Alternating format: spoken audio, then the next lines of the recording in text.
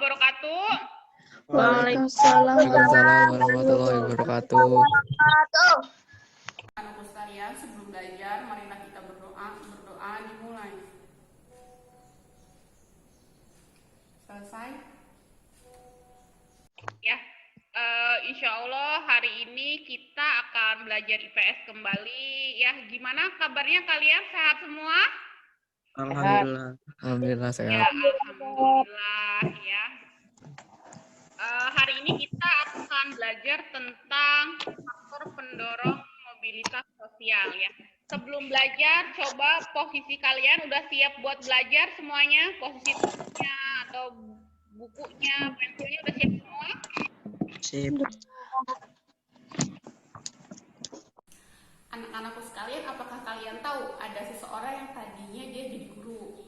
Sudah jadi guru, dia jadi kepala sekolah. Kemudian dia jadi pengawas. Setelah jadi pengawas, dia jadi kepala dinas gitu kan. Nah, orang tersebut tuh mengalami peristiwa apa sih namanya? Ya, betul sekali, Habib. Yang orang tersebut mengalami peristiwa mobilitas sosial. Oke, kalau mobilitas sosial itu apa sih? Nah, mobilitas sosial itu adalah perubahan status sosial. Bisa yang dari tinggi ke rendah atau rendah ke tinggi gitu. Bisa tadinya dari karyawan jadi direktur, atau bisa juga dari politisi jadi koruptor. Kalau politisi ke koruptor berarti turun. Kalau dari karyawan biasa ke direktur berarti mobilitas vertikal naik gitu ya. Sampai sini paham? Paham. Ya udah. Nah, judulnya tentang faktor pendorong dan mobilitas sosial. Kita akan sampaikan kompetensi dasar. Kompetensi dasar itu apa sih yang harus kalian kuasai dalam pembelajaran hari ini? Yaitu kompetensi dasarnya yaitu 3.2, menganalisis pengaruh interaksi sosial dalam ruang yang berbeda terhadap kehidupan sosial dan budaya, serta pengembangan kehidupan kebangsaan. Kemudian aspek keterampilannya, menyajikan hasil analisis tentang pengaruh interaksi sosial dalam ruang yang berbeda terhadap kehidupan sosial dan budaya, serta pengembangan kehidupan kebangsaan.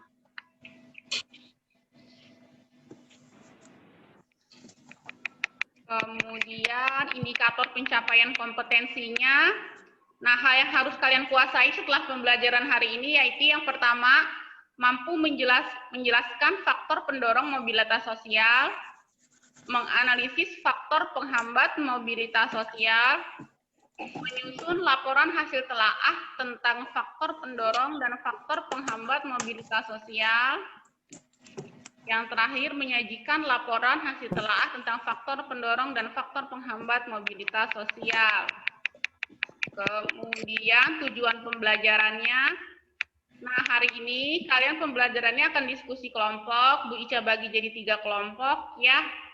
Tujuan pembelajarannya setelah melaksanakan diskusi kelompok dalam pembelajaran, peserta didik dapat menjelaskan faktor pendorong mobilitas sosial dengan tepat. Kedua, menganalisis faktor penghambat mobilitas sosial dengan tepat. Ketiga, menyusun laporan hasil telaah tentang faktor pendorong dan faktor penghambat mobilitas sosial dengan tepat. Yang keempat, menyajikan laporan hasil telaah tentang faktor pendorong dan faktor penghambat mobilitas sosial dengan tepat ya. Itu. Kemudian nah, jadi nanti Bu Ica bagi 3 kelompok, nanti di 3 kelompok itu, nanti akan Bu Ica sajikan gambar ya. Nanti dari gambar itu, kalian susun pertanyaan di setiap kelompok. Nah, nanti kalau udah ada pertanyaannya, tiap kelompok cari jawaban hasil pertanyaan tersebut. Berdiskusi ya, nanti setelah diskusi kalian presentasi ya, itu. Sampai sini tentang kegiatan pembelajarannya ya. Nah, untuk penilaian sikapnya yang akan dinilai hari ini yaitu untuk sikapnya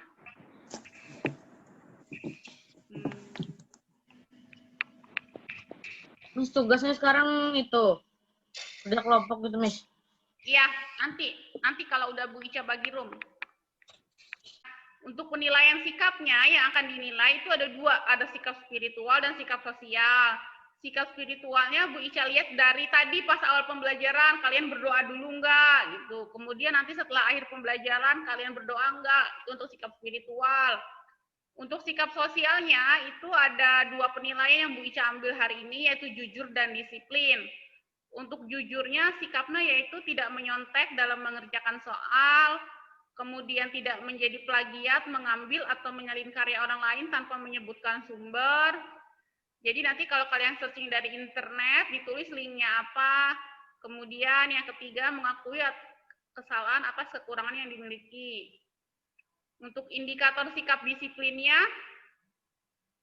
datang untuk memulai pembelajaran via Zoom tepat waktu. Alhamdulillah tadi tepat waktu semua. Terima kasih ya. Kalian bagus, hebat semua. Kemudian yang kedua, patuh pada tata tertib pembelajaran. Yang ketiga, mengerjakan atau mengumpulkan tugas sesuai dengan waktu yang ditentukan ya. Tuh.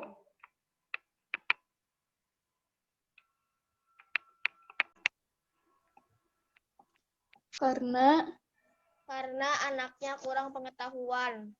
anak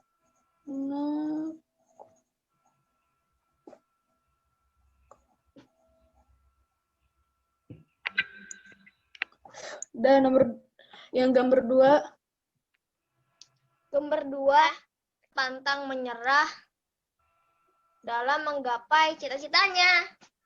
Apa tadi? Karena anaknya Pantang menyerah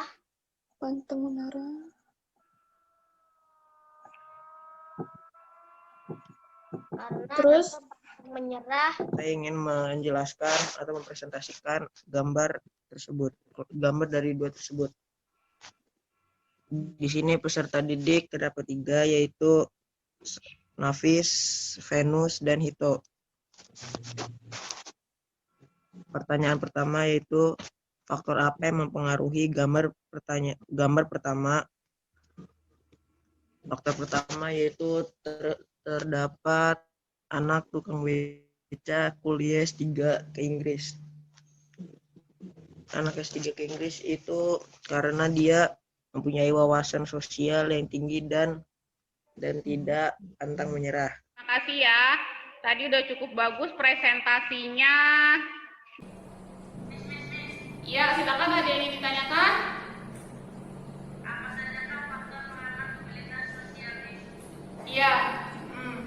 Terima kasih Habib atas pertanyaannya ya. Ya, faktor penghambat mobilitas sosial ada yang pertama faktor ekonomi dan kemiskinan, yang kedua karena kurangnya pendidikan gitu kan. Terus yang ketiga juga situasi politik yang tidak kondusif.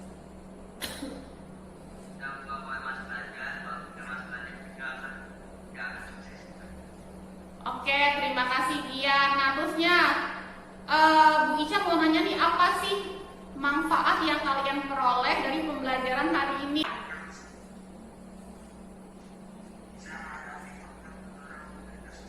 Nah, menurut Nafis, kalau orang mau melakukan mobilitas sosial, faktor pendorongnya apa aja?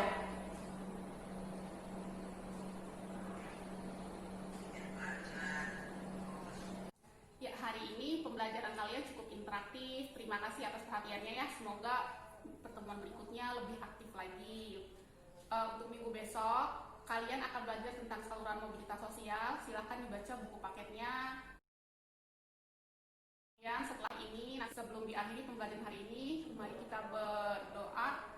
Berdoa dimulai. Selesai.